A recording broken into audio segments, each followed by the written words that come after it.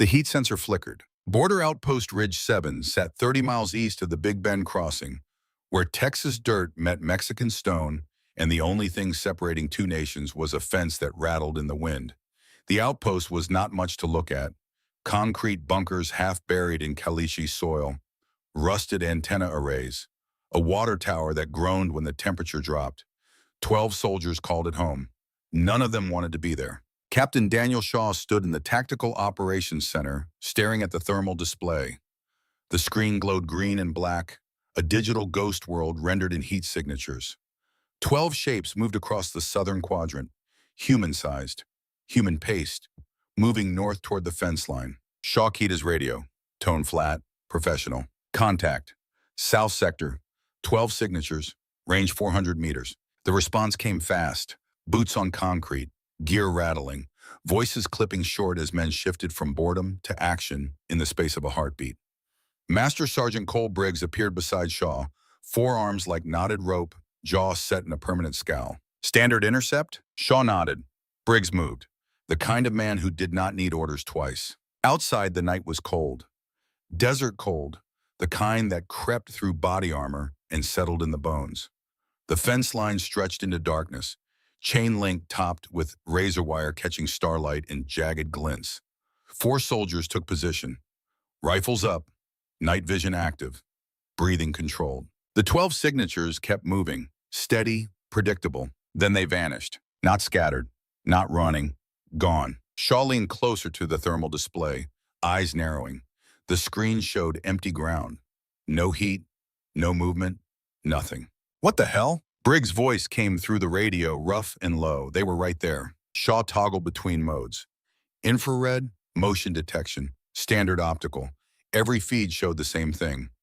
Empty desert, no tracks in the dust, no shapes in the shadows. 12 people did not just disappear. Pull back, regroup at the wire. The soldiers withdrew, rifles still raised, eyes scanning darkness that suddenly felt heavier.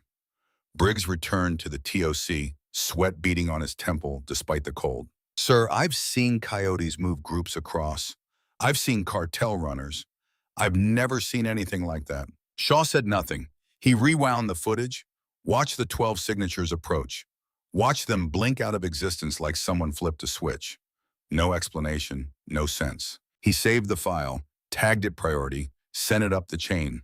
Then he leaned back in his chair and stared at the ceiling, listening to the wind scrape across the outpost like something trying to get in. 3 days earlier, the transport truck rolled through the gate at 0800 hours, dust plume trailing behind it like a dirty contrail. Ridge 7 did not get much traffic. Resupply convoys came once a week. Personnel rotations every 6 months. Visitors almost never. Shaw stood outside the command bunker, coffee mug in hand, watching the truck slow to a stop near the vehicle depot. The driver climbed out, stretched, said nothing. A second figure emerged from the passenger side. Woman, early 30s, lean build, maybe 5'6", desert camouflage utilities. No name tape visible from this distance. A large medical ruck slung over one shoulder, standard issue but worn in. The fabric faded in a way that suggested years of use. She moved with economy. No wasted motion, no hesitation. Shaw walked over. The driver handed him a clipboard, transfer paperwork, standard forms. Sergeant Maya Reeves, combat medic, routine rotation. Shaw glanced at the woman. She stood near the tailgate, scanning the outpost with eyes that did not settle on anything for long, taking it in, cataloging. Sergeant Reeves, she turned, saluted, clean, correct. Sir, her voice carried weight without volume, the kind that did not need to be raised to be heard. Welcome to Ridge 7. You'll bunk in Building 3. Master Sergeant Briggs will show you around. Understood, sir. Briggs appeared from the motor pool, wiping grease from his hands with a rag that only spread it around. He looked at Maya the way a man looks at a stray dog, suspicion mixed with inconvenience. Another medic. Shaw raised an eyebrow. You have a problem with medical personnel, Master Sergeant? Briggs shrugged. No, sir. Just seems like we get a lot of pencil pushers with med bags lately. Maya said nothing. Her face remained still, unreadable. She shouldered her ruck and followed Briggs toward the living quarters, boots crunching on gravel. Shaw watched her go. Something about the way she moved. Smooth, deliberate, like someone who had walked through worse places than this and come out the other side. He went back to his coffee, Building 3 smelled like disinfectant and old sweat. Concrete walls, metal bunks, a single window with bars across it, not to keep people out, but to keep the glass from shattering during the dust storms that rolled through every few weeks. Maya set her ruck on the bunk near the back, unzipped it, began unpacking. Medical supplies came out first. Gauze, tourniquets, IV kits, hemostatic powder, chest seals, everything organized in clear plastic cases labeled in neat block letters. She placed them on a metal shelf bolted to the wall. Then books, 3 of them, field medical manuals. She stacked them beside the supplies. Then a locked case, dark polymer, roughly 3 feet long, heavy, judging by the way she set it down. Careful, deliberate. She did not open it. Briggs stood in the doorway, arms crossed. You settling in okay? Yes, Master Sergeant. Good. Chow is at 1200, formation at 1800. Medical bay is in building 2 if you need to set up. Understood. Briggs turned to leave, then paused. You been deployed before? Maya looked at him. Yes. Where? Iraq, Afghanistan. See much action? Maya's response came measured. Enough. Briggs studied her for a moment. Then he nodded. Welcome to the rear echelon, Sergeant. Out here, the most dangerous thing you'll face is boredom. He left. Maya finished unpacking, placed a small framed photo on the shelf. A younger version of herself in dress blues, standing beside an older man in Marine fatigues. The man had sergeant chevrons and a weather-beaten face that suggested he had seen everything twice. She touched the frame once, light, quick. Then she locked her footlocker and walked outside. The outpost was laid out in a rough grid, command bunker at the center, living quarters on the west side, motor pool and maintenance sheds to the east. The TOC sat elevated on a small rise, giving a clear view of the fence line and the desert beyond. Maya walked the perimeter, not aimlessly, measuring. Her eyes tracked sightlines, gaps in the concertina wire, dead zones where the floodlights did not reach. She paused near an unmanned M240 machine gun mounted on a tripod, the barrel angled toward the southern approach. The traverse was stiff, rust on the feed tray. She knelt, worked the mechanism, loosened the pivot, wiped dust from the optics. A voice behind her. You know how to use that? She turned. A young soldier stood there, maybe 21, 22. Private chevrons, name tape read Knox. He had the kind of face that still looks surprised by the world. I'm a medic. I know how people get hurt. Knox grinned. Fair enough. He offered his hand. She shook it. His grip was firm but unsure, the grip of someone still learning how to hold authority. You need anything, Sergeant, just ask. Most of us are pretty bored out here. Happy to help. Appreciated, Private. He walked away. Maya returned to the machine gun, adjusted the headspace, checked the belt feed, left it better than she found it. Then she turned and looked south, toward the fence line, toward the empty desert beyond where heat shimmered even in winter. Her lips moved, silent, counting something. From the TOC window, Lieutenant Sarah Chen watched. Chen was 28, intelligence officer, too smart for this posting, and everyone knew it. She had narrow eyes that missed nothing and a tablet that never left her hand.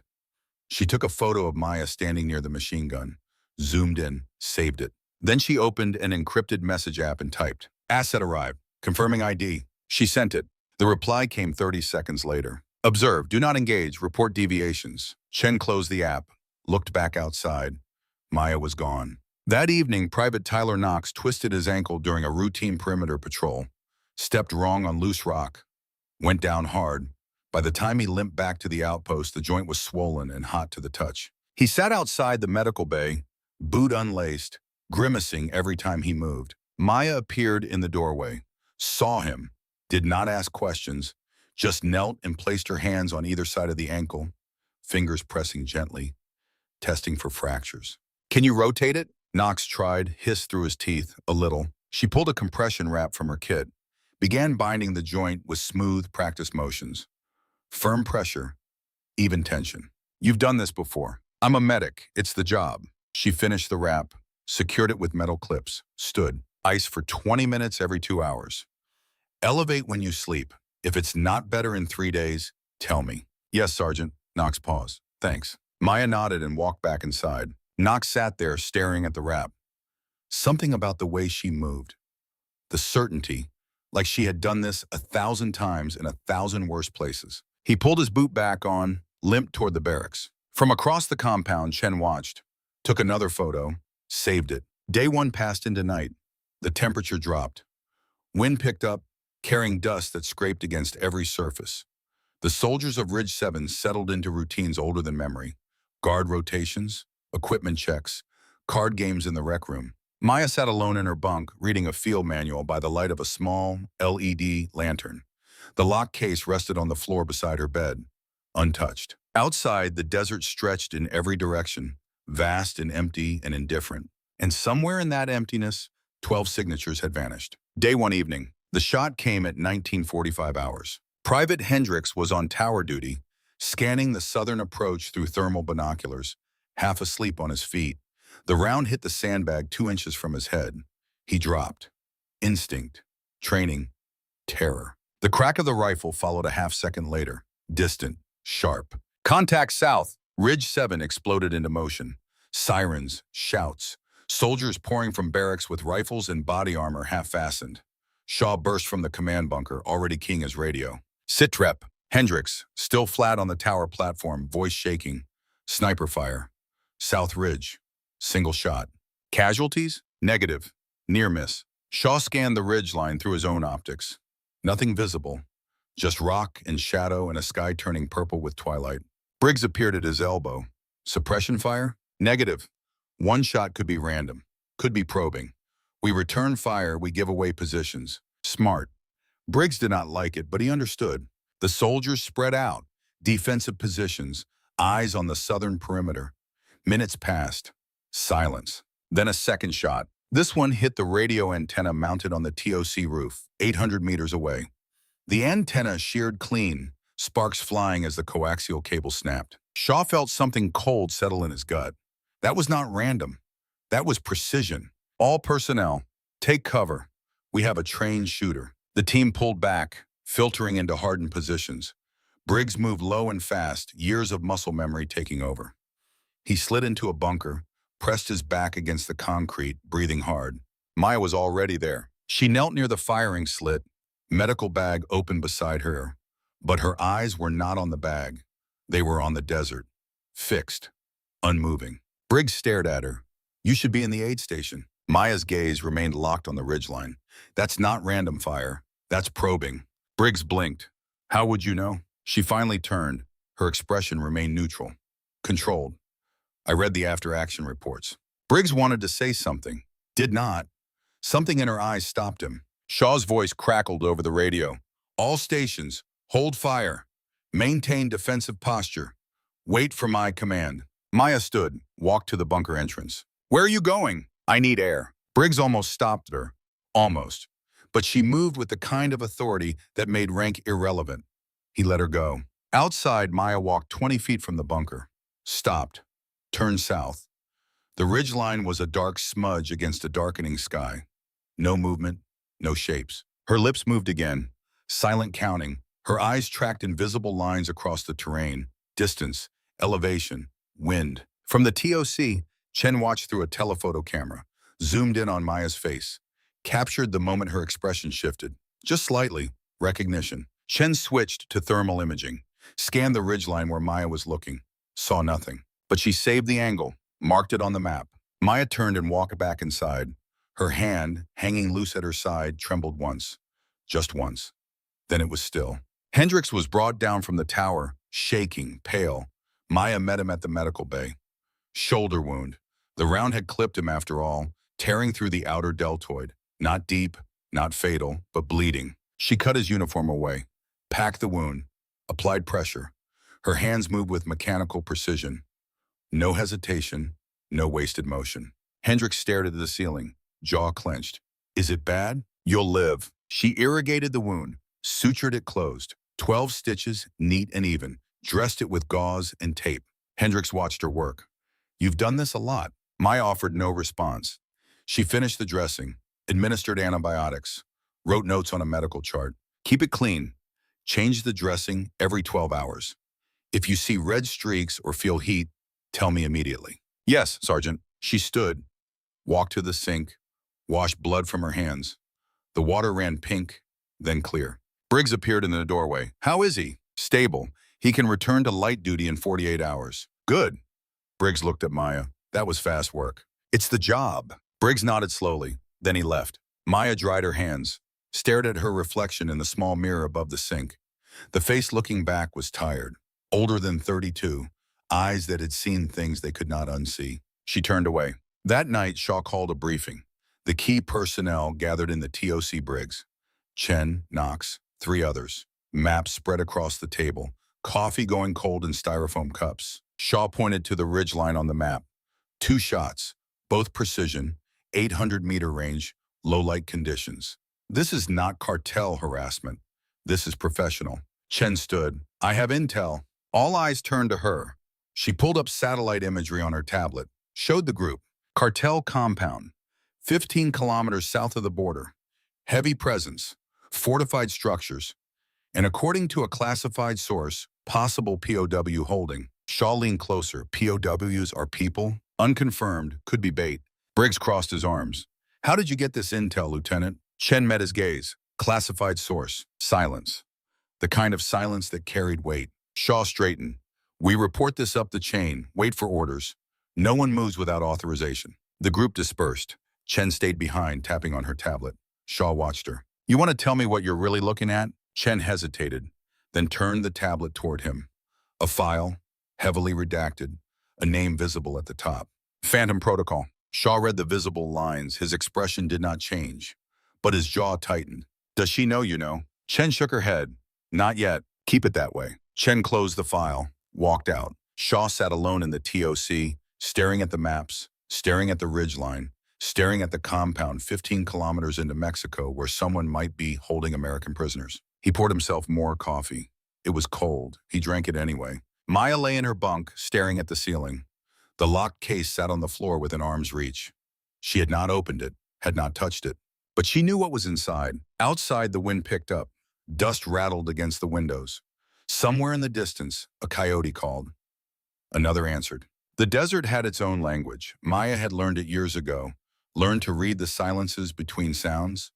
Learned to feel danger before it arrived. She closed her eyes, tried to sleep. Saw a face, young, male, 8 years old, blood on a small shirt, dust on small hands. Her eyes opened. Sleep would not come tonight. She sat up, pulled on boots, walked outside. The compound was quiet, a single guard on the tower, floodlights casting harsh shadows. She walked to the fence line, stood there, hands in pockets, staring south. Knox appeared beside her. Could not sleep either? Maya shook her head. They stood in silence for a while. Then Knox spoke, voice low. That's Sniper. You think he'll come back? Maya took her time answering, then barely above a whisper. Yes. How do you know? Because I would. Knox looked at her. There was something in her tone, something that made him not ask more questions. They stood together at the fence line, 2 soldiers in the dark, waiting for something neither could name. And far to the south, on a ridge 800 meters away, a man lowered his rifle, pressed his eye to the scope one more time, studied the compound, studied the shapes moving inside, studied one shape in particular. He smiled. Then he spoke into a radio, his accent barely detectable, Spanish inflection on certain vowels. Ridge 7, I'm watching. He paused. Tell Phantom I'm waiting. Static answered. He slung his rifle, melted into the darkness. Gone like smoke. Shaw heard the radio transmission. Played it back 3 times. The voice was calm, controlled. Male, accent suggesting Mexican origin. He called Briggs, Chen, gathered them in the TOC. Played the recording. Phantom. Who the hell is Phantom? Briggs shook his head. No call sign on our roster matches that. Chen said nothing, but her fingers moved across her tablet, opening files, cross-referencing. Shaw looked at both of them.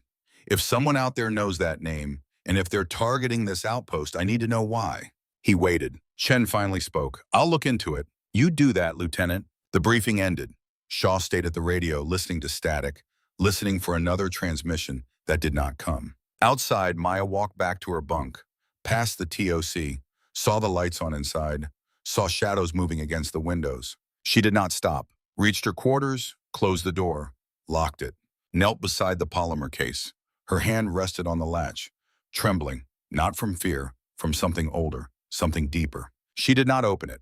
Not yet. She stood, returned to her bunk, lay down fully dressed, boots still on, stared at the ceiling, waited for dawn. But dawn was still hours away, and in those hours the world could change. Had changed, was changing. Somewhere in the dark, a clock was ticking, counting down to something none of them could see, something that had started 6 months ago, something that had traveled thousands of miles to arrive here, at this forgotten outpost, at this thin line between nations. The wind howled, the fence rattled, and Maya Reeves, who had once been someone else, who had once carried a different name, who had once pulled triggers instead of saving lives, closed her eyes and waited for the ghost to arrive. Because ghosts always came back. Always. The compound fell silent. Guard shift changed. New faces on the tower. Old faces in bunks. The cycle continued. And in that silence, a question hung unspoken. Who was Phantom? By morning, some of them would know. By evening, all of them would wish they didn't. But for now, in the deep hours before dawn, when the desert held its breath and the stars burned cold and distant, Ridge 7 slept. All except one. Maya sat up, reached for the case. Her hand closed around the latch. Stopped, she whispered to the empty room. Not yet. She lay back down. Outside, something moved in the darkness, a shape, a shadow. It paused at the fence line, studied the compound, counted the guards, measured the distances. Then it turned and walked back into the desert, boots leaving no prints in the dust. And on the wind, carried from some impossible distance, a whisper. Soon, the first part of the story ended there. In the dark, in the waiting, in the moment before everything changed. Ridge 7 did not know it yet, but the ghost had arrived. And it was patient, very patient. The kind of patience that came from years of hunting, years of watching, years of waiting for the perfect moment to strike. That moment was coming. 3 days, 72 hours. And then the world would learn what happens when a ghost meets a phantom. When the hunter becomes the hunted. When the past catches up to those who thought they had buried it. The story had only just begun. Dawn came slow and red. The sun clawed its way over the eastern horizon, painting the desert in shades of rust and blood. Ridge 7 looked different in daylight, harsher, more exposed. The fence line cast long shadows that pointed south like accusing fingers. Maya stood outside the medical bay, coffee mug in hand, watching the sunrise. She had not slept, had not tried. Sleep meant dreams, and dreams meant faces she could not save. Boots on gravel. She turned. Shaw approached, uniform crisp despite the early hour. His face was drawn, eyes red-rimmed. He had not slept either. Sergeant Reeves, we need to talk. She waited. Shaw glanced around, confirmed they were alone. Then he spoke. Voice low. That transmission last night. Phantom. You know what that means? Maya's expression did not change. It's a call sign. Shaw studied her. Anyone you know use that call sign? Maya met his eyes, long pause. Then quietly. Used to. Shaw nodded slowly, like a man confirming something he already suspected. You were deployed as what, exactly? Before you became a medic. Maya looked back at the sunrise. The question hung between them, heavy and sharp. Infantry. Shaw waited, knew there was more. Maya took a breath. Scout sniper, Marine Corps, 2017 to 2020. The words landed like stones in still water. Ripples spreading outward. Shaw's jaw tightened. And the call sign? Phantom. She said it without emotion, without pride, like naming something dead. Shaw was quiet for a long moment. Then he asked the question that mattered. Why did you leave? Maya turned to face him fully. Because I killed someone I shouldn't have. And I decided I'd rather save lives than take them. Shaw nodded, no judgment in his eyes, just calculation, professional assessment. That sniper on the ridge. You think he knows who you are? Maya looked south toward the ridgeline, toward the empty desert beyond. Yes. How? I don't know yet. Shaw exhaled slowly. All right, for now you're still my medic. But if this becomes a problem, if that shooter out there is targeting you specifically, I need to know. Understood, sir. Shaw turned to leave, stopped. One more thing. Chen has been asking questions about you, about your background. If you want my advice, you'll talk to her before she digs up something you'd rather stay buried. Maya nodded. Shaw walked away. She stood alone, watching the sun climb higher, feeling the weight of old ghosts pressing down on her shoulders. The day unfolded in routine and tension. Patrols rotated, equipment checked, meals eaten in silence. Everyone on edge, waiting for another shot that did not come. Chen found Maya in the medical bay, organizing supplies. The lieutenant stood in the doorway, tablet under one arm, expression neutral. Sergeant, got a minute? Maya turned, of course. Chen stepped inside, closed the door.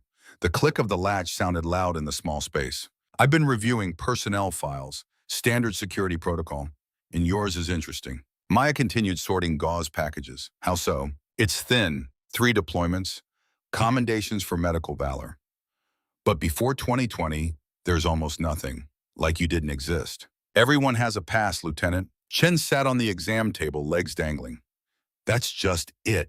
You don't, or at least not one I can access, which means either you're nobody important or you're somebody very important who got scrubbed. Maya placed the last package on the shelf, turned to face Chen fully. What do you want to know? Chen leaned forward. I want to know why a combat medic has the situational awareness of a forward observer. Why you move like someone who spent time in hostile territory. Why you looked at that ridgeline last night and knew exactly where the shooter was positioned. Maya's face remained calm. Training. Bullshit. Chen's voice stayed level. Professional. I was an analyst before I was an officer. I know how to read data. And you, Sergeant Reeves, don't add up. Silence stretched between them. Outside, someone shouted orders. A truck engine turned over. Finally, Maya spoke. If you have a specific question, ask it. Chen pulled out her tablet, opened a file, turned it toward Maya. The screen showed a photograph. Grainy, thermal imaging, a figure in a ghillie suit on a rooftop. Rifle extended. The timestamp read 2019, location Fallujah. Chen zoomed in on a detail in the corner. Barely visible. A call sign stenciled on the rifle stock. Phantom. Chen looked up. That's you, isn't it? Maya stared at the image, her hands resting at her sides, clenched once. Released. Where did you get this? Classified database. Took some digging. She paused. You were Marine Scout Sniper. Confirmed kills in Iraq and Afghanistan. Specialty, long-range interdiction. And then in 2020, you requested transfer to Medical Corps. No explanation given. Maya took the tablet, studied the photo like it was a stranger's face. That person doesn't exist anymore. But the shooter on that ridge thinks she does. Chen stood. Look, I'm not here to jam you up. I'm here because if there's a threat to this outpost, I need to understand it. And right now, you're the only one who might know what we're dealing with. Maya handed the tablet back. His name is Diego Vargas, former Mexican Marine. He served as a military liaison embedded with Iraqi forces in 2019. That's where our paths crossed. Chen's eyes narrowed. He was in Fallujah? Yes, Maya's tone remained even. He witnessed something I did, and now he's here. What did you do? Maya looked away. I followed orders. And someone died who shouldn't have. Chen absorbed this. Someone he cared about. Yes, Chen nodded slowly. Then we need to figure out his endgame. And we need to do it before he makes another move. She left. Maya stood alone in the medical bay, surrounded by supplies meant to heal, haunted by a past built on different skills. That afternoon, the radio crackled to life. A woman's voice strained, breaking up through static. This is Dr. Isabel Navarro, Archaeological Research Station. If anyone can hear this, we need immediate assistance. Shaw grabbed the handset. This is Ridge 7. What's your situation? The station collapsed. I'm trapped. My leg is pinned. Please, I need help. Shaw looked at the map. The research station was marked 3 kilometers east of the outpost. Close enough to reach. Far enough to be dangerous. He keyed the mic. How many in your party? Just me. Everyone else evacuated before the collapse. I stayed to secure equipment. Shaw exchanged glances with Briggs. A rescue mission. Simple on paper. Deadly in execution. We're coming. Hold tight. He turned to his team. Briggs, Knox, Chen, and 2 others. Gear up. We move in 20 minutes. Maya appeared in the doorway. I'm going. Shaw shook his head. I need you here, in case there are casualties when we return. Sir, with respect, you'll need a medic on site. If her injuries are severe, moving her without stabilization could kill her. Shaw considered. She was right. He knew it. Briggs knew it. Fine, grab your aid bag. Maya moved. Fast, efficient. Chen pulled Shaw aside. You sure about this? Taking her outside the wire? Shaw's voice dropped. If that sniper is out there, he's going to make a move whether she's here or in the field. At least out there, we can see him coming. Chen did not look convinced, but she nodded. 20 minutes later, the team assembled at the gate. 6 soldiers. Full combat load. Maya carried her medical ruck, now visibly heavier. Shaw noticed but said nothing. The gate opened. They moved out. The desert stretched before them. Empty and vast. Heat already rising in waves despite the morning hour. They moved in a tactical column, spacing tight, eyes scanning. Maya walked behind Knox in front of Chen. Her gaze swept the terrain in methodical arcs, left to right, near to far, reading the ground like a language. Knox glanced back at her. You've done this before. Field movement. Maya did not answer, just kept walking. Knox wanted to say more, wanted to ask how a medic moved like infantry, but something in her silence told him to wait, to watch, to learn. They covered the first kilometer without incident. The research station appeared in the distance, a cluster of prefab buildings and excavation tents. One structure had partially collapsed, support beams jutting at wrong angles. Shaw raised a fist. The column halted. He glassed the area through binoculars. No movement, no vehicles, no signs of life except the occasional flutter of torn canvas in the wind. Looks clear. Briggs Knox set security. Chen, Reeves, you're with me. They advanced, slow, careful, weapons up. The collapsed building groaned as they approached, metal stressed beyond its limits. Maya moved to the debris field, scanning for the voice they had heard on the radio. Dr. Navarro, here, weak, to the left. Maya shifted toward the sound. Found her. Isabel Navarro was mid-30s, dark hair matted with dust and blood. A support beam lay across her lower leg. The limb was bent at an unnatural angle, compound fracture, bone visible through torn fabric. Shaw knelt beside her. We're going to get you out. Navarro's eyes were glassy with shock. Thank you. I thought I was going to die here. Maya opened her medical ruck, pulled out IV supplies, splinting material, morphine, started an IV line with practiced efficiency. Chen helped lift the beam. Shaw pulled Navarro free. She screamed. The sound echoed across the desert. Maya administered morphine, waited for it to take effect, then began splinting the leg. Her hands moved with absolute certainty. Immobilize, stabilize, prevent further damage. Knox's voice crackled over the radio. Movement, South Ridge, same position as last night. Shaw's head snapped up. How many? One, stationary. Could be observation. Maya did not stop working. Finished the splint, secured it, checked Navarro's vitals. She's stable to move, but we need to do it now. Shaw nodded. Briggs, Knox, prepare to displace. We're coming to you. They lifted Navarro onto an improvised litter, started moving back toward the column. That's when the shot came. The round hit the ground 5 feet in front of Shaw. Dust exploded upward. The crack followed instantly. Contact! The team dropped. Weapons oriented south. Return fire erupted. Controlled bursts. Suppression. Maya dragged Navarro behind cover, a low wall of sandbags someone had stacked months ago. She checked the IV line. Still flowing. Checked the splint. Secure. Another shot. This one closer. Deliberate. Walking rounds inward. Shaw keyed his radio. Ridge 7, this is Shaw. Taking effective fire. Request QRF. The response was immediate. QRF dispatched. ETA 12 minutes. 12 minutes was a lifetime. Briggs fired 3-round bursts toward the ridge. Knox did the same. But the shooter was dug in. Invisible. Only muzzle flash giving away position. Knox's hands shook slightly as he reloaded. He had been in firefights before, but this was different. This was personal. Someone out there wanted them dead, wanted Maya dead. He glanced at her. She worked on Navarro with absolute focus. No fear in her eyes, just determination. How does she do that, he thought. How does she stay so calm? Maya low crawled to Shaw. Sir, I can suppress. Shaw looked at her. With what? Maya pulled her ruck closer, unzipped a hidden compartment. Inside, disassembled, was a rifle. Not standard issue. Macmillan TAC 50, bolt action, 50 caliber. Shaw stared. Where the hell did you get that? I never turned it in. Maya's tone was matter of fact. When I transferred out of Scout Sniper, they let me keep my personal weapon. I just never mentioned I still had it. Shaw made a decision in half a second. Do it. Maya assembled the rifle. Smooth, mechanical, muscle memory taking over. Stock, barrel, scope, magazine, bolt. 30 seconds, fully operational. She moved to the edge of the sandbag wall, settled into a prone position, pressed her eye to the scope. The world narrowed, became nothing but reticle and target. She found the ridge, found the position, saw a glint, metal, scope lens, range 900 meters, wind, left to right, 5 miles per hour, elevation, adjust. Her breathing slowed, heart rate dropped. The chaos around her faded to white noise. She saw him, not his face, but his silhouette, his shape against the rock. She could take the shot, center mass, kill. Her finger rested on the trigger. 2 pounds of pressure. That's all it would take.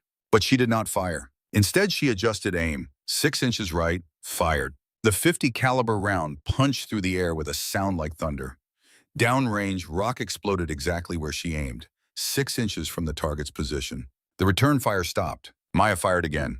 Different angle, warning shot, same message. I see you, I can kill you, I'm choosing not to. Silence. Then movement. The figure on the ridge withdrew, disappeared. Maya saved the rifle, began disassembling. Same speed, same efficiency. Shaw stared at her. That was a 900-meter shot, in wind, under fire. Maya did not look up, and I missed on purpose. Briggs crawled over. Why, you had him. Because killing him solves nothing. Maya packed the rifle away, and I don't kill anymore. Knox watched this exchange, his mind racing.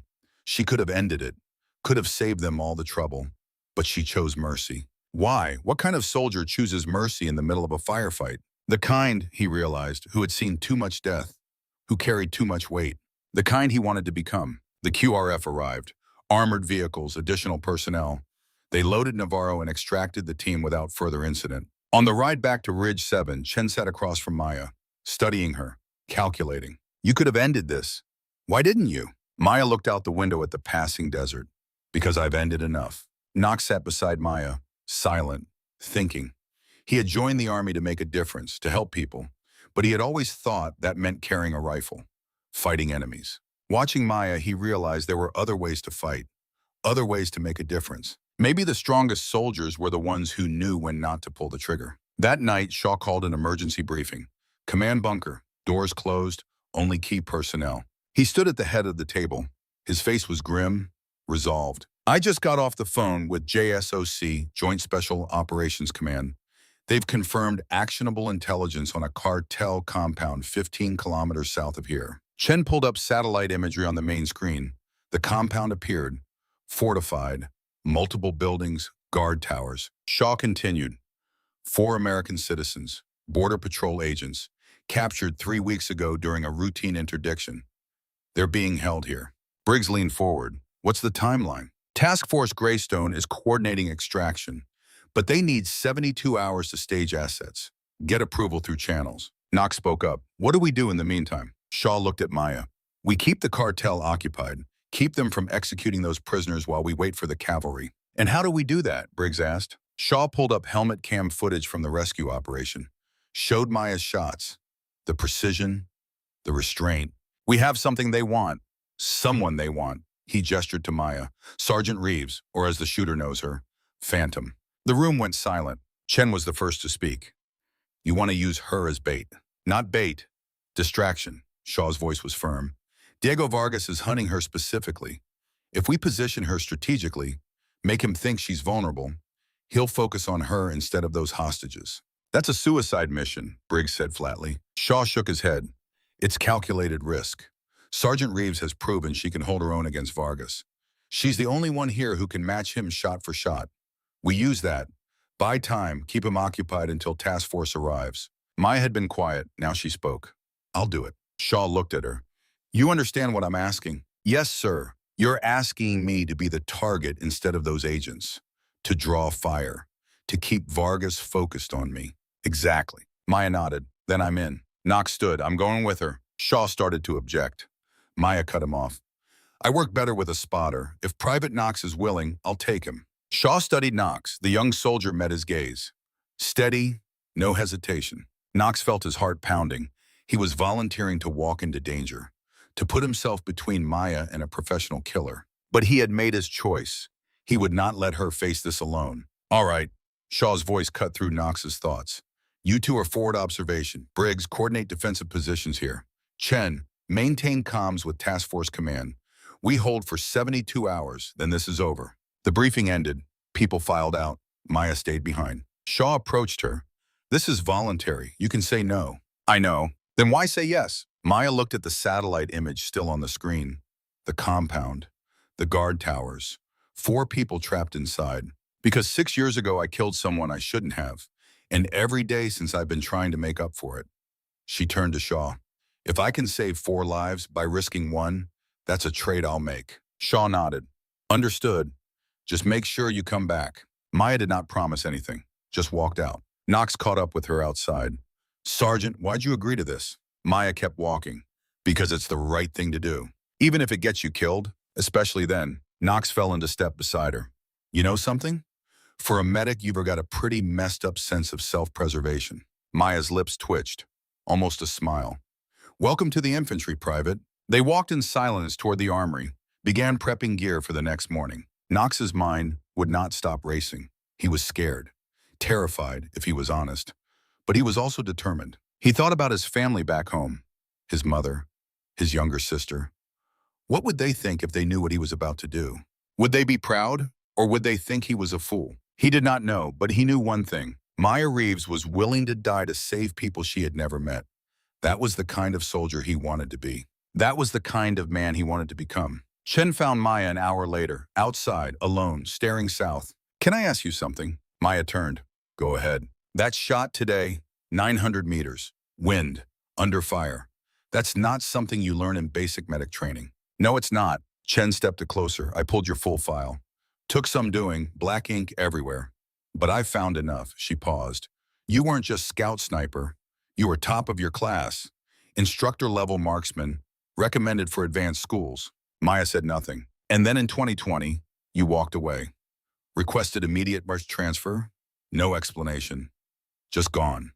Chen watched her face. What happened in Fallujah? Maya was quiet for a long time. When she spoke, her voice was distant. I took a shot I thought was righteous.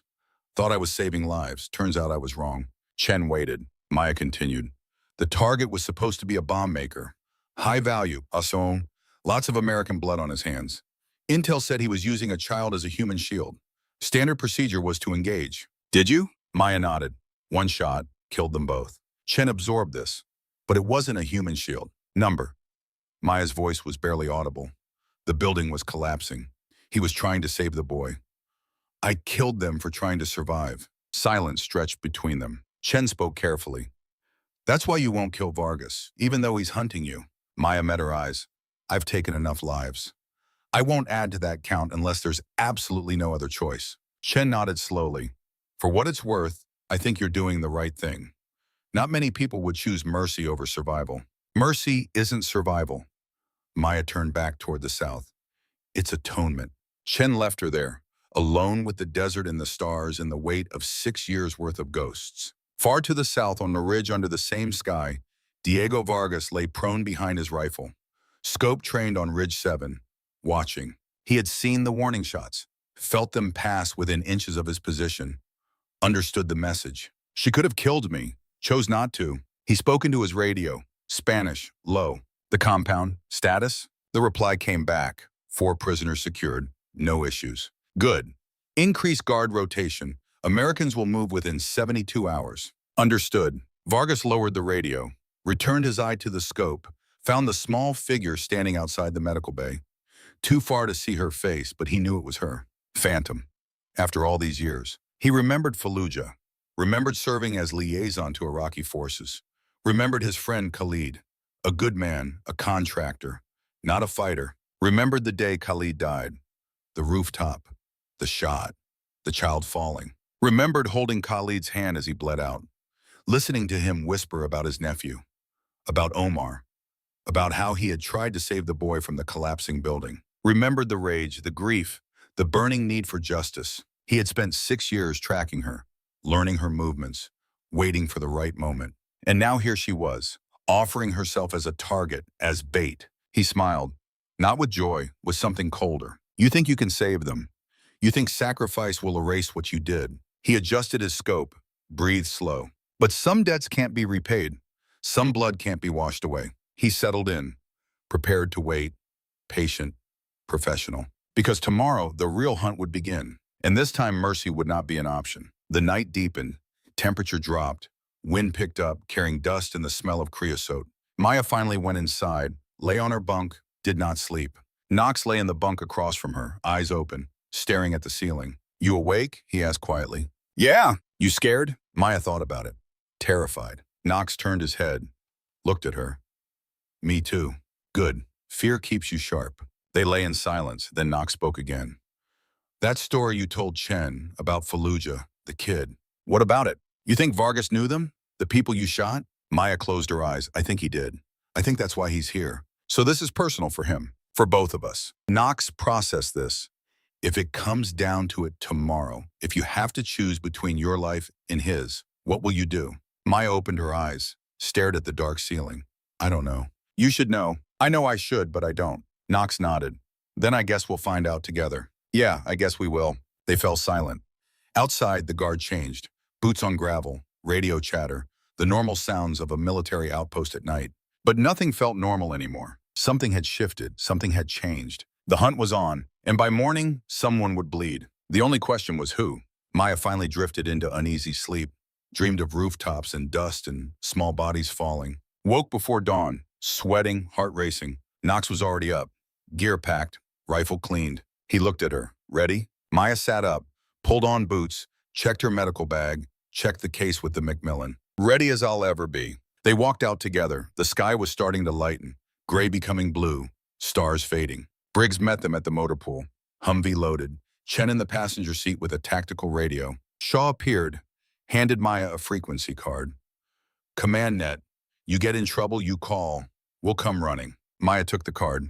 Appreciate it, sir. Shaw looked at both of them. 72 hours. That's all we need.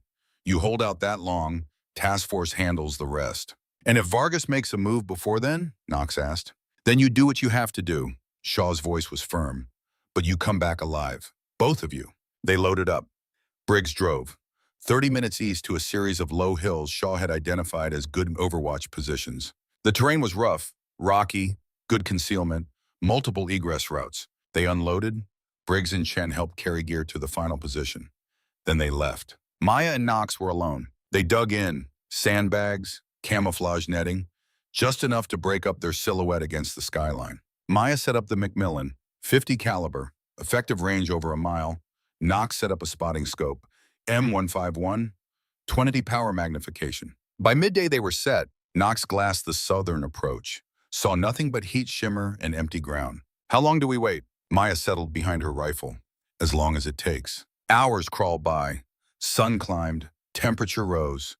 They drank water, ate Mars, spoke little. The desert stretched in all directions, vast, indifferent, beautiful in its cruelty. Knox broke the silence. Can I ask you something? Maya kept her eye to the scope. Sure. That call sign, Phantom, how'd you get it? Maya was quiet, then, because I was good at disappearing, fire and vanish. That was my method. Take the shot. Gone before anyone knew where it came from. Sounds lonely. It was. She paused. That's why I left. Couldn't stand being invisible anymore. And now, Knox asked, now you're back to it. No, now I'm visible. I'm choosing to be seen. Choosing to stand between people in danger instead of hiding in shadows. Knox nodded, went back to his spotting scope. The afternoon wore on. Shadows lengthened. Wind picked up. Then Knox saw it. Contact. South Ridge. Single figure. 1,200 meters. Maya swung her rifle. Found the position. Saw him. Diego Vargas stood on the ridgeline. Not hiding, not concealed. Just standing there. Looking directly at their position. He raised one hand. Slow, deliberate. A wave. Then he lifted a radio. Maya's radio crackled. His voice, calm, almost friendly. Phantom, it's been a long time. Maya picked up her handset. Vargas, why are you doing this? His laugh was soft. You know why? Fallujah, you took everything from me. Now I take everything from you. I didn't know. The intelligence was wrong. Intelligence is always wrong, Phantom. But bullets are forever. Maya's grip tightened on the rifle. What do you want? Vargas was quiet for a moment. Then, I want you to understand what it feels like. To lose someone you care about. To be powerless to stop it. The hostages, Vargas continued. 4 good people, families waiting, and in 60 hours, unless you do exactly what I say, they die. 1 every 15 hours, starting with the woman. She's 5 months pregnant. Knox looked at Maya. Her face was stone. What do you want? Maya repeated. I want you to come to me. Alone. Unarmed. Trade yourself for them. Vargas paused. You have 12 hours to decide. After that, the first one dies. And their blood is on your hands. The radio went silent. Maya lowered the handset, stared at the ridge. Vargas was gone. Knox spoke quietly. You're not actually considering it. Maya did not answer. They packed up. Returned to Ridge 7. Shaw was waiting in the TOC. Maya briefed him. Shaw's face darkened with each word. He's bluffing. Maybe. Maya's voice was flat. Or maybe 4 people die because I won't face what I did. Chen pulled up drone footage. Thermal imaging of the compound. 4 heat signatures in a single room. Bound, guarded. They're real. The hostages are real. Shaw slammed his fist on the table. We have 72 hours. Task force is moving assets. We can't accelerate that. Vargas is giving us 12. Then we negotiate. We stall. We buy time. He won't negotiate. Maya's voice cut through. This isn't about the hostages. It's about me, about Khalid, about Omar. The room went silent. Briggs spoke up. Who are Khalid and Omar? Maya turned to him. People I killed in Fallujah. People Vargas cared about. Chen's eyes widened. He was there? Maya nodded. He saw it happen. And now he wants payment. Shaw stood. We don't negotiate with terrorists. And we don't sacrifice our people. You stay here. We wait for task force. And if they die waiting? Maya's voice was quiet but firm. Then that's on command, not on you. Maya looked at each of them. Good soldiers, good people, trying to do right in an impossible situation. She nodded. Understood, sir. Shaw dismissed them. Maya walked to her quarters, sat on her bunk, stared at the locked case. Knox appeared in the doorway. You're going anyway. Maya looked up. I don't have a choice. Knox stepped inside, closed the door. Yes, you do. You can stay here. Let task force handle it. That's the smart play. And if they're too late, then that's not on you. Maya shook her head. You don't understand. I've been carrying this for 6 years. Every night I see that boy's face. Every day I wonder if there was another way. She stood. This is my chance to make it right. By getting yourself killed, by saving people I can actually save. Knox moved closer. Look, I get it. You feel guilty, but walking into a cartel compound won't fix that. It'll just add your name to the list of people who died for nothing. Maya met his eyes. Maybe that's what I deserve. Knox grabbed her shoulders. No, you deserve to live. To keep being the person who saves people, not the person who throws their life away because they can't forgive themselves. Maya pulled away. You don't get to decide that. Neither do you. Knox's voice rose. You think you're the only one who's made mistakes? Who's killed the wrong person? You're not special. You're just human. And humans get second chances. Maya sat back down, put her head in her hands. Knox sat beside her. If you go, I'm coming with you. No. Yes. His voice was firm. You said you work better with a spotter. So I'm your spotter. That's the deal. You'll die. Maybe. Or maybe we both walk out. But either way, you don't go alone. Maya looked at him, saw determination, loyalty. The same thing she had seen in her old spotter, Sergeant Hale, years ago. She nodded slowly. All right, if it comes to that, you're with me. Knox stood, then get some rest. We've got a long night ahead. He left. Maya lay back, stared at the ceiling, made her decision. By dawn, everything would change. Outside, the desert night deepened. Stars emerged. Cold air settled. And somewhere in that darkness, Diego Vargas prepared. Cleaned his rifle, loaded fresh magazines, spoke to his men in clipped Spanish. Tomorrow, the ghost would come to him. And tomorrow, one way or another, the debt would be paid. The clock kept ticking. 12 hours, then blood.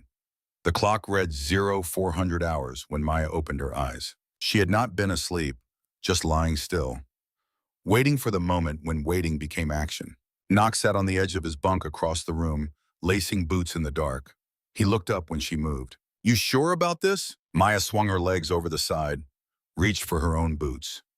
I've never been less sure of anything in my life. Then why?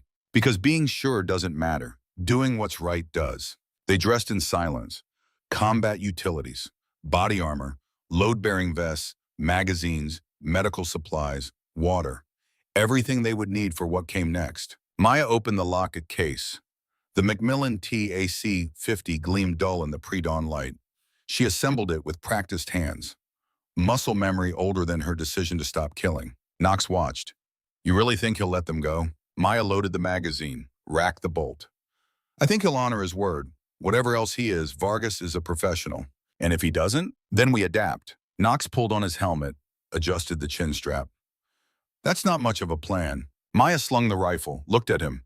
It's the only plan we have. They moved through this compound like shadows. Everyone else was asleep. Guard rotations changed at 0500.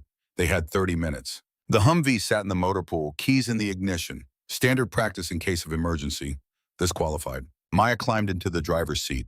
Knox took passenger side with his rifle and spotting scope. She turned the key. Engine rumbled to life. The gate guard heard it, stepped out of his shack, saw the Humvee moving, raised his radio. Maya keyed the push to talk on the command frequency.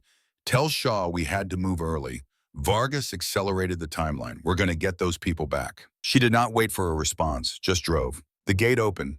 They passed through into the desert, into the dark. Behind them, lights came on in the TOC, voices shouting.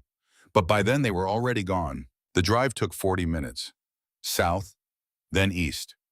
Following coordinates Vargas had transmitted the night before. The sun began to rise, red light spilling across the horizon, painting everything in shades of blood and rust. Maya stopped the Humvee 300 meters from the coordinates, killed the engine. They sat in silence for a moment, listening.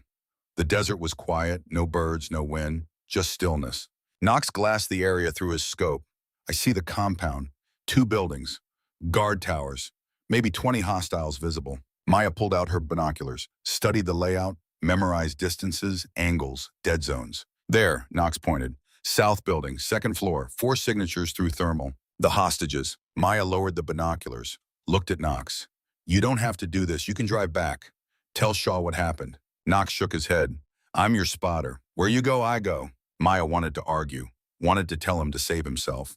But she saw the set of his jaw, the determination in his eyes. She nodded. All right, let's finish this. They exited the Humvee, moved on foot, low and slow, using terrain for concealment. 200 meters out, a voice called from the compound. English, accented. Stop there, Phantom. Come no closer. Maya halted, raised her hands. Empty. The rifle slung across her back. I'm here, like you asked. Let them go. Silence. Then a door opened. 4 figures emerged, hands bound, hoods over heads, stumbling, disoriented. Border Patrol uniforms. 1 woman, 3 men. The woman's midsection showed the slight swell of early pregnancy.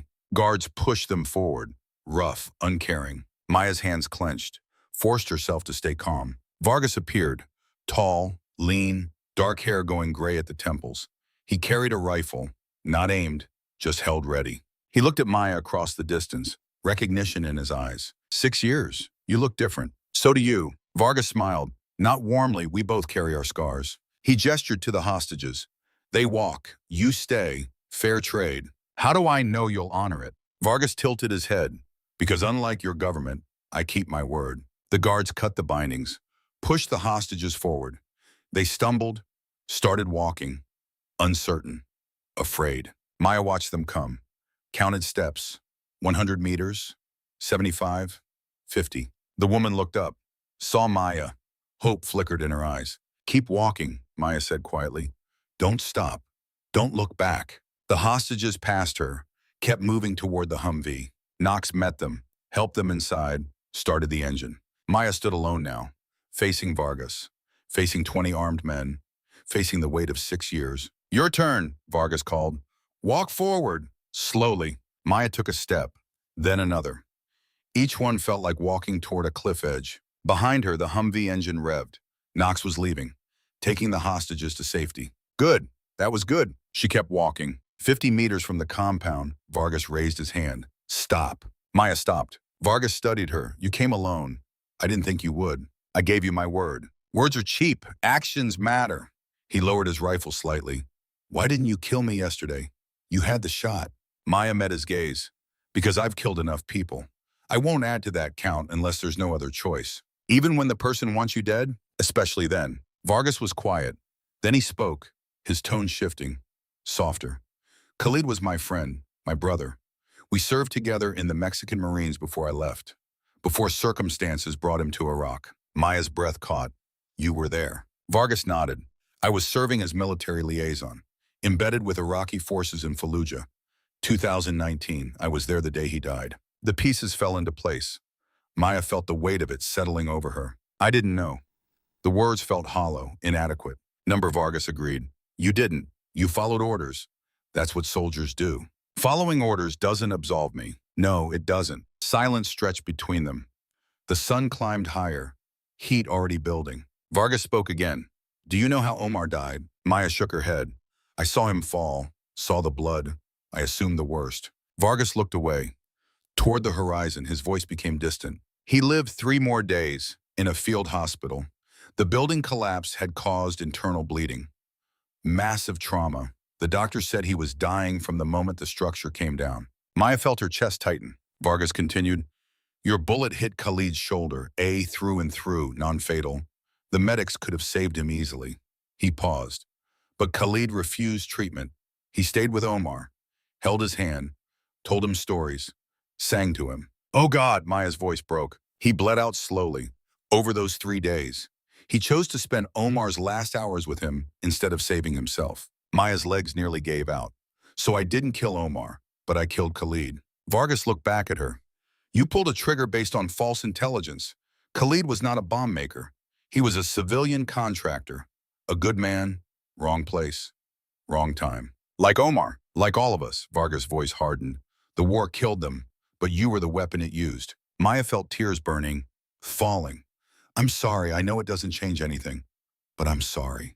Vargas raised his rifle, aimed at her chest, range 20 meters, impossible to miss. Sorry doesn't bring them back. Maya did not move, did not raise her hands, did not beg. I know. Vargas's finger moved to the trigger. Maya watched, waited, accepted.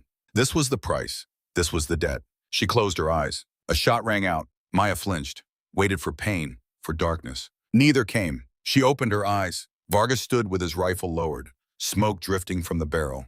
The round had hit the ground at Maya's feet. He looked at her with something that might have been respect. Khalid made me promise something before he died. He said if I ever met the soldier who shot him, I should ask one question. What question? Are you the kind of soldier who kills without thinking, or the kind who carries every death? Maya's voice was barely a whisper. I carry them all. Vargas nodded slowly. Then you've already paid your debt. Living with that weight is punishment enough. He lowered his rifle completely, turned to his men, spoke in Spanish, sharp, final. Let her go. The guards looked confused. Vargas repeated the order. They lowered their weapons. Maya stared. You're letting me walk away? Vargas reached into his pocket, pulled out something small, walked forward, stopped 3 feet from Maya. He held out his hand. In his palm was a folded piece of paper, old, worn. Omar drew this 2 days before he died. Maya took it, unfolded it with shaking hands. A child's drawing, crayon, simple. A figure in uniform with a red cross on the chest. Below it, Arabic text. What does it say? Maya's voice broke. Vargas translated, the soldier who tried to help. Maya stared at the drawing, at the careful lines, at the color choices. Red for the medic cross, blue for the sky. I don't understand. Vargas explained. After you fired, after they fell, your team moved in. One of your medics tried to help Omar. Tried to stop the bleeding. The boy was conscious. He saw the uniform, the red cross. He thought you were trying to save him. But I was the one who shot him. He didn't know that. Vargas' voice was gentle now. He died thinking soldiers came to help, not to hurt. Maya fell to her knees, the drawing clutched to her chest. Sobs came, deep, wrenching, 6 years of grief pouring out. Vargas watched, did not move, did not speak, just let her grieve. Finally, Maya looked up. Why are you showing me this? Because you need to stop punishing yourself. Vargas' voice was firm. Omar forgave you before he even knew there was anything to forgive. He saw a soldier with a med cross and believed in help. That's what he carried in his last days. Not anger, not blame. Hope. Maya stood on shaking legs. But Khalid told me something too, in those last hours. Vargas met her eyes. He said the war made us all victims. Soldiers, civilians, children, everyone. And he said the only way to beat the war is to choose something better. What did he choose? Love. Vargas' voice cracked slightly. He chose to spend his last hours loving his nephew instead of hating his enemy.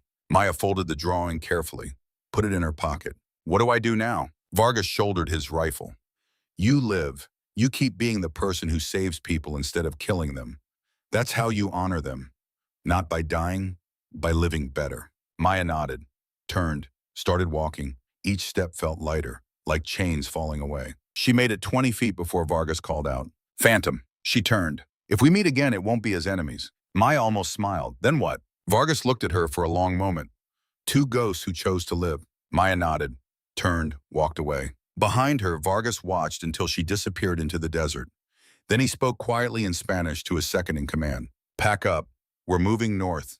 There are other battles to fight, better ones. The compound began to dismantle. Organized, efficient. Within an hour, they would be gone. Maya walked until she saw the Humvee. Knox stood beside it, binoculars raised, watching her approach. When she got close enough, he lowered them. You're alive. Apparently, the hostages? Safe, already on the road back to Ridge 7. Chen sent a recovery team. Maya nodded, climbed into the passenger seat, suddenly exhausted. Knox got in, started driving. After a few minutes, he spoke. What happened back there? Maya touched the pocket where the drawing rested. I got something I didn't know I needed. Which was? Forgiveness. Knox wanted to ask more, but he saw the look on her face, the peace, the release. He had followed her into danger expecting to witness violence. Instead, he had witnessed something rarer. Mercy, on both sides. That, he realized, took more courage than any firefight. They reached Ridge 7 2 hours later.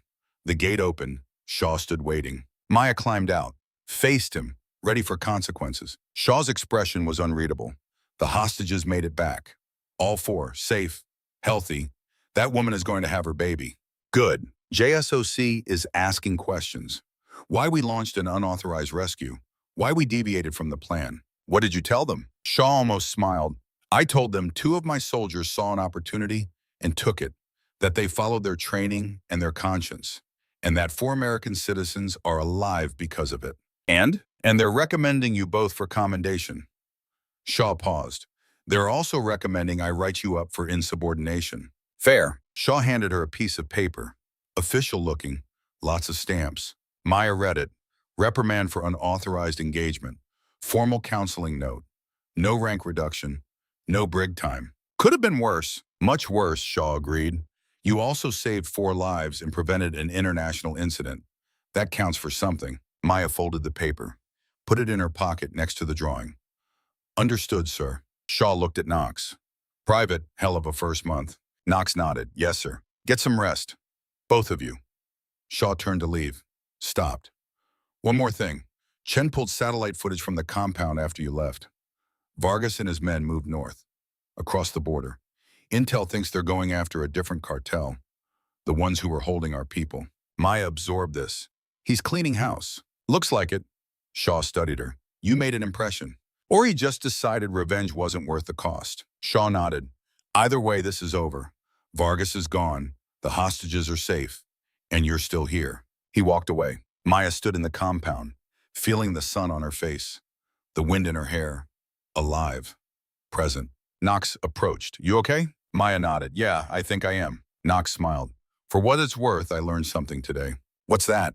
That the strongest soldiers aren't the ones who never hesitate to kill. They're the ones who know when not to. Maya looked at him. You're going to make a good medic, Knox. He straightened. I put in the paperwork this morning. Medical training. If they approve it, they will. Maya's voice was certain. I'll make sure of it. That night, Maya sat in her bunk. The drawing spread on her lap. She studied every line, every color choice. A child had forgiven her, had seen her not as a killer but as someone who tried to help. That changed everything. Chen appeared in the doorway, knocked softly. Come in. Chen entered, sat on the edge of the bunk, handed Maya a tablet. Thought you should see this. The screen showed a classified file, recently declassified. Details about the Fallujah operation. Maya read, her eyes widened. The intelligence that identified Khalid as a bomb maker had been fabricated, planted by a rival insurgent group to eliminate competition. The United States had acted on false information. Chen spoke quietly. You were set up, so was Khalid. The whole operation was based on a lie. Maya set down the tablet. So I killed an innocent man because someone wanted him dead and used us to do it. Chen nodded. I thought you should know. It wasn't your fault. Not really. Maya was quiet for a long time. Then, it doesn't change the fact that I pulled the trigger. That a child lost his family because of my actions. Number Chen's voice was gentle. But it means you were as much a victim as they were. Maya looked at the drawing, at the soldier with the red cross, maybe. Or maybe we're all just doing our best in impossible situations. Chen stood. For what it's worth, I think what you did today took more courage than any shot you've ever made. Maya looked up. Why? Because you chose mercy over revenge. Grace over justice. That's harder than killing. Chen paused at the door. Get some sleep, Sergeant. Tomorrow we start over. She left. Maya lay back, held the drawing against her chest, closed her eyes. For the first time in 6 years, she slept without nightmares. 6 months later, Ridge 7 had new personnel. Shaw rotated out, Briggs promoted, Chen transferred to a better posting. Maya stayed, requested extension. They granted it. She stood in the medical bay, training 3 new medics. Young, eager, Knox among them. He had been accepted into medical training, excelled at it. She taught them trauma care, tourniquet placement, airway management, the skills that saved lives. One of the new medics raised his hand. Specialist Carter, 19 years old, fresh-faced. "Sergeant, is it true you were a sniper?" Maya paused, looked at him. "Long time ago, different life. Do you miss it?" "Every day." She placed a training mannequin on the table. "But I'd rather save lives than take them. This is harder work, more important work." "Why is it harder?" Carter asked. Maya considered her answer carefully. "Because killing is simple. You identify a threat, you eliminate it. But saving someone, that requires patience, skill, compassion. You have to fight against chaos in biology and time, and sometimes you lose anyway." The class was quiet, listening. Maya continued, "Any fool can learn to shoot. It takes strength to heal." Knox spoke up. "It also takes strength to know when not to shoot." Maya met his eyes, nodded. The class continued. Maya demonstrated techniques, corrected mistakes, encouraged questions. When it ended, Knox stayed behind. "Package came for you," handed it to Maya.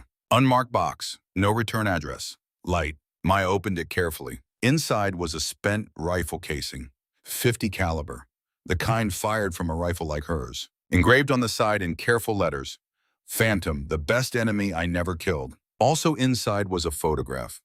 Omar, smiling, alive, playing with a ball in a dusty yard. Khalid in the background, watching with a father's pride. On the back, handwriting in Spanish. Maya recognized it from intelligence briefings. Vargas's handwriting. "He forgave you before he died. Now I do too. Find peace, soldier. You've earned it." Signed simply, D. Maya set the photo on her shelf, next to the drawing, next to the framed picture of Sergeant Hale. Her history, her ghosts, her reasons to keep going. Knox looked at the display. "You keep all of them? The painful memories?" Maya nodded. "They remind me why I chose this path, why mercy matters, why every life is worth saving. Even the ones that want you dead, especially those." Knox thought about this, then, "You think you'll ever see him again? Vargas?" Maya looked out the window toward the fence line, toward the desert, toward Mexico. "I hope not. But if I do, it won't be his enemies." "What will it be?" Maya touched the rifle casing. 2 people who survived the war and chose to do something better. That evening, Maya walked the perimeter. Habit now, checking positions, verifying security. She stopped at the fence, looked south. Somewhere out there, Vargas was doing his own work, fighting his own battles, carrying his own ghosts. She hoped he found peace too. A voice behind her.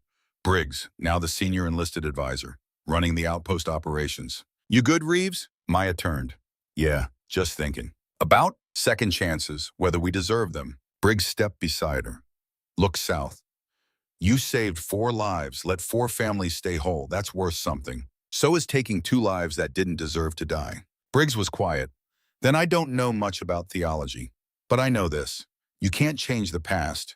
You can only choose what you do with the present." Maya nodded. "That's what I'm trying to do." "Then you're doing fine." Briggs turned to leave. "By the way, new orders came through. They want you to help develop advanced combat medicine curriculum, training the next generation at the schoolhouse." Maya looked at him. "They want me to teach? Permanently?" "You're the best we have. Makes sense.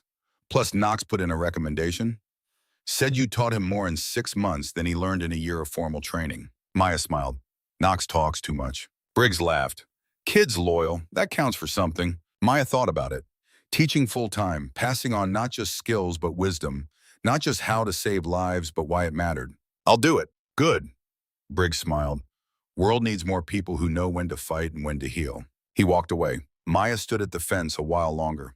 Then she turned, walked back toward the medical bay. Inside, the Macmillan T-850 sat in its case, cleaned, maintained, ready. She looked at it, ran her hand along the case. Then she closed it, locked it, pushed it under the bunk. Not forgotten, not abandoned, just set aside. Because there were other tools now, other skills, other ways to fight. She picked up a medical bag, checked supplies, restocked what was low.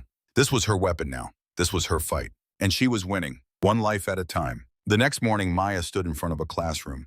20 young soldiers, all training to be combat medics. She looked at their faces, saw herself years ago, eager, uncertain, wanting to make a difference. She began to speak. You're here to learn how to save lives. That's noble work, necessary work, but it's also hard work. You'll see things you can't unsee, lose people you couldn't save, carry weight that never gets lighter. The room was silent, listening. Maya continued, some of you might have been other things before this.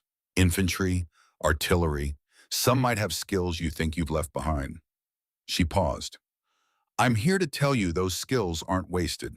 They inform how you see threats, how you protect your patients, how you survive long enough to save the next person. She walked between the desks, met their eyes. But the most important skill you'll learn here is this: mercy, the ability to see someone as a human being instead of a problem to solve.